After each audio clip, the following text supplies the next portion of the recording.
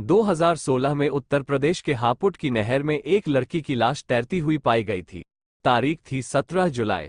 UP police ने इस पूरे मामले को ऑनर किलिंग का मामला समझा, लेकिन जब इस केस की जांच आगे बढ़ी तो 2 साल बाद दिल्ली पुलिस के नाम से चर्चित इस केस में बहुत सी चौंकाने वाली बातें सामने आई, जिसके बारे में हम आपको इस वीडियो में आज बताने वाले हैं। तो चलिए जानते हैं कि आखिर पूरा केस क्या था और हत्या करने के पीछे कातिल का क्या मकसद था।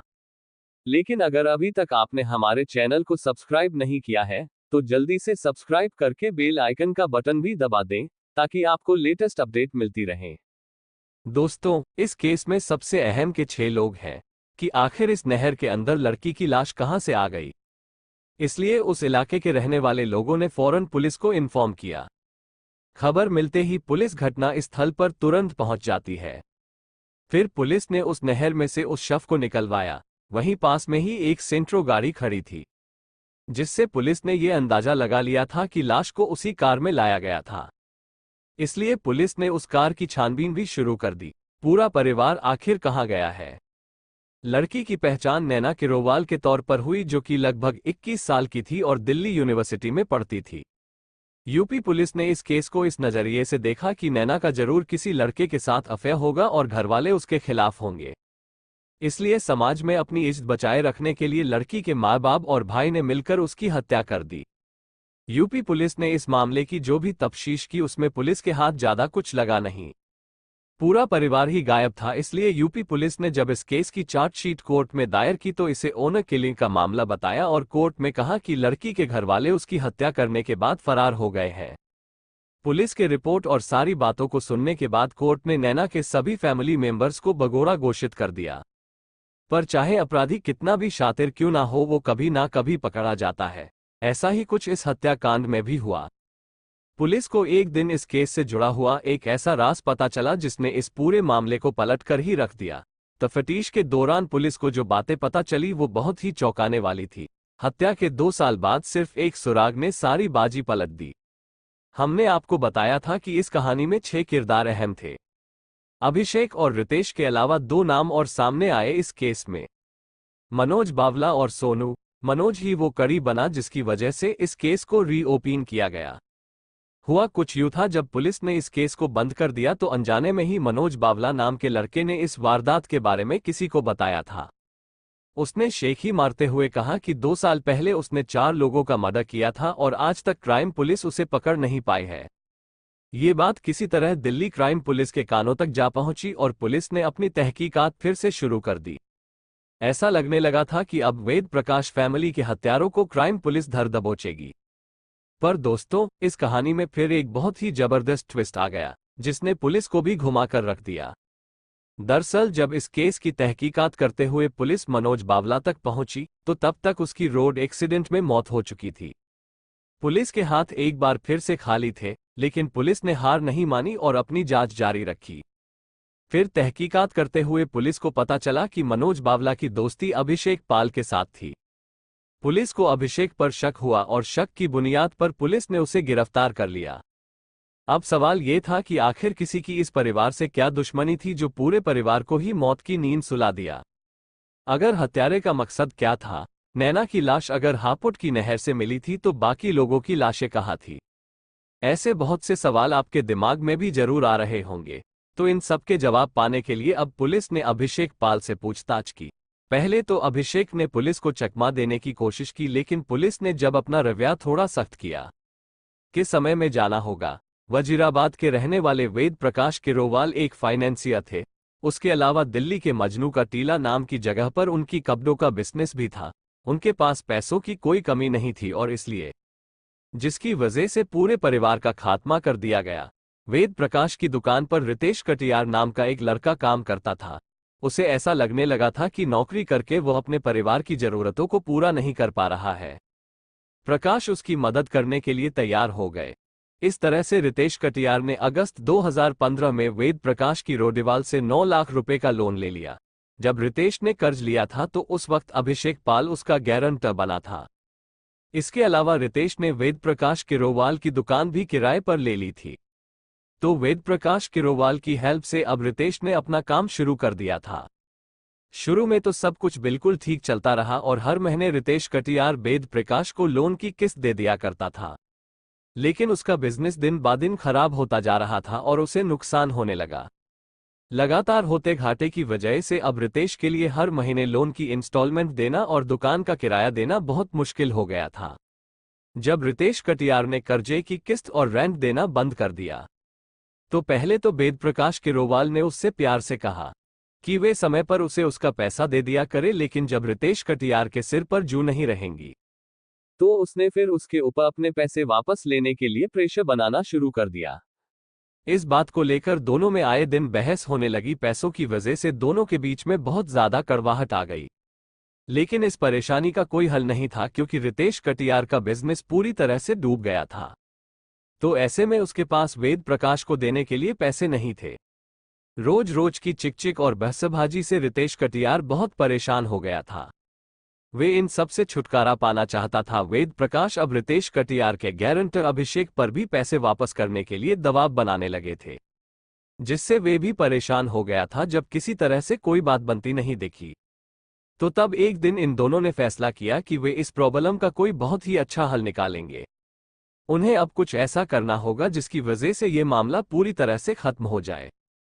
पर आपको यकीन नहीं आएगा कि इन दोनों के शैतानी दिमाग में एक ऐसा घिनौना आइडिया आया जिसने इंसानियत को शर्मसार कर दिया।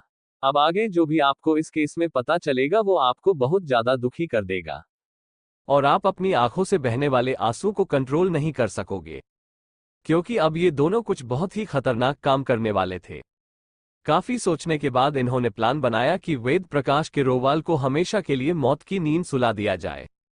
हत्या की साजिश रचने में इन्होंने दो किशोर लड़कों मनोज वावला और सोनू को भी शामिल कर लिया था।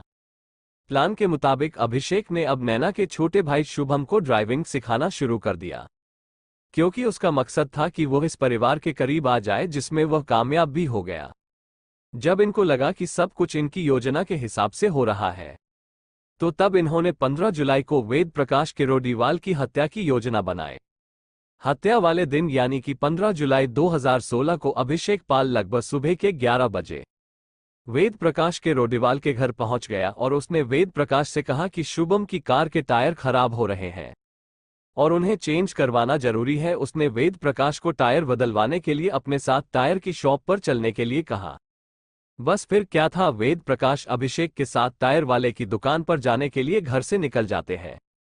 वे इस बात से बिल्कुल अनजान थे कि अभिषेक उनके साथ कोई खूनी खेल खेलने वाला है, क्योंकि चाहे लाख लड़ाई झगड़ा सही पर वेद प्रकाश को अभिषेक के ऊपर भरोसा था, क्योंकि वे उनकी दुकान पर काफी समय से काम करता था। शायद यही उनकी सबसे बड़ी गलती थी जिसकी वजह से उनकी और उनके पूरे परिवार की जान गई। कई बार हम ऐसे लोगों पर भरोसा कर लेते हैं जो आगे चलकर हमारी आस्तीन का सांप बन जाते हैं। इसलिए बहुत जरूरी है कि हमें दूसरे लोगों पर हद से ज्यादा विश्वास नहीं करना चाहिए। तो अपने घर से निकलकर वेद प्रकाश गाड़ी की अगली सीट पर बैठ गए।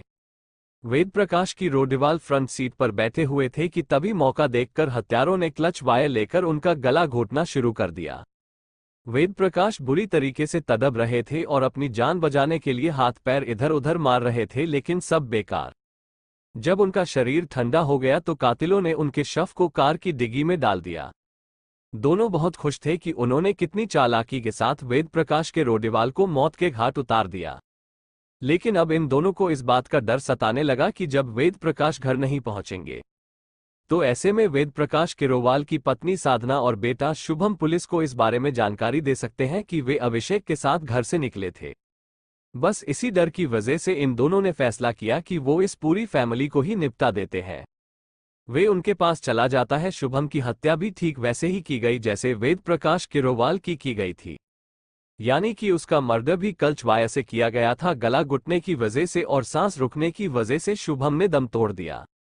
उसका मर्डर करने के बाद अभिषेक और रितेश कटियार ने उसकी वाडी को भी पीछे डिग्गी में रख दिया, जहां पर पहले से ही वेद प्रकाश किरोवाल की वाडी रखी हुई थी। दोनों बाप बेटों का काम तमाम करने के बाद अब इन दरिंदों ने अगला निशाना वेद प्रकाश किरोवाल की पत्नी साधना को बनाया। शाम हो चली थी और उस वक्त वे फिर से वेद प्रकाश की रोडीवाल के घर पहुंच गए और वहां उनकी पत्नी साधना से झूठ बोला कि उनके पति का एक्सीडेंट हो गया है और वे हॉस्पिटल में है। अपने पति की एक्सीडेंट की खबर सुनकर साधना परेशान हो गई और वे उन दोनों के साथ घर से निकल गई ताकि जल्द से जल्द अपने पति के पास पहुंच सके। लेकिन बेचारी साधना को क्या पता था कि उनके पति और बेटे का तो पहले से ही कत्ल कर दिया गया है और अब उनकी बारी है। साधना को मारने के लिए भी उन्होंने उसी क्लच वायर का इस्तेमाल किया जिससे उन्होंने वेद प्रकाश और शुभम को ठिकाने लगाया था। अब केवल नैना बची थी। लगभग रात 9 बजे के करीब दोनों आरोपी वेद प्रकाश के घर फिर से जाते हैं और नैना को वही एक्सीडेंट की झूठी कहानी सुनाते हैं जो उन्होंने उनकी मां साधना को सुनाई थी। नैना भी उनकी बातों में आ जाती है और उनके साथ घर से निकल जाती है। रास्ते में नैना की भी क्लच वायर से गला घोट कर हत्या कर दी जाती है। एक हंसता खेलता परिवार कुछ ही घंटों में मौत की नींद सुला दिया गया था और हत्यारों को अपने किए पर ना तो कोई शर्म थी और ना ही दुख।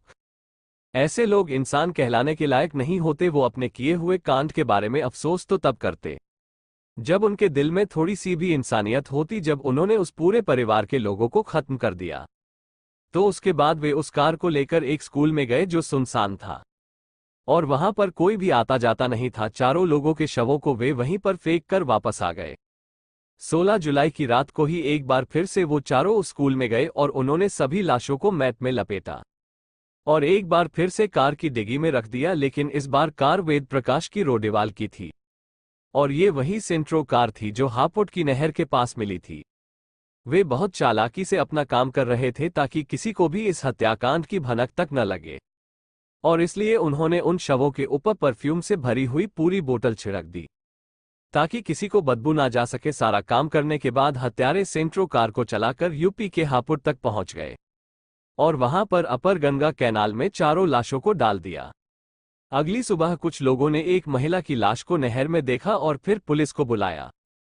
बाकी 3 लोगों के शवों के बारे में आज तक कुछ पता नहीं चल सका है। इस मर्डर के मेन अक्यूज्ड रितेश कटियार ने डिप्रेशन और गिल्ट में आकर 2017 में सुसाइड कर लिया था।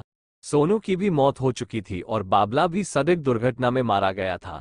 जरा किस्मत तो देखिए इन लोगों की। 1 साल पहले मनोज बावला सामने आ गया।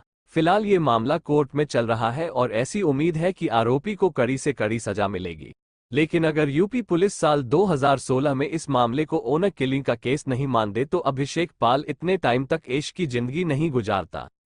तरीके से रचा था, पर वे कहते हैं ना कि पाप का घड़ा कभी ना कभी जरूर भरता है और हर इंसान को अपने कर्मों का फल भुगतना पड़ता है। ठीक ऐसा ही इस केस में भी हुआ। दोस्तों, इस पूरे हत्याकांड के बारे में आपकी क्या राय है? आपको क्या लगता है कि यूपी पुलिस ने आखिर सही से इन्वेस्टिगेशन क्यों नहीं की होगी? आपके हिसाब से क्या वेद प्रकाश किरोवाल ने रितेश कटियार को पैसे देकर गलती की थी? या अपराध की दुनिया से जुड़ी हुई ऐसी क्राइम स्टोरीज के लिए हमारे चैनल को सब्सक्राइब करें और बेल आइकन का बटन दबा दें। आज के लिए बस इतना ही। जल्दी ही हम हाजिर होंगे एक ऐसी ही होश उड़ाने वाली क्राइम की दास्तान लेकर। धन्यवाद।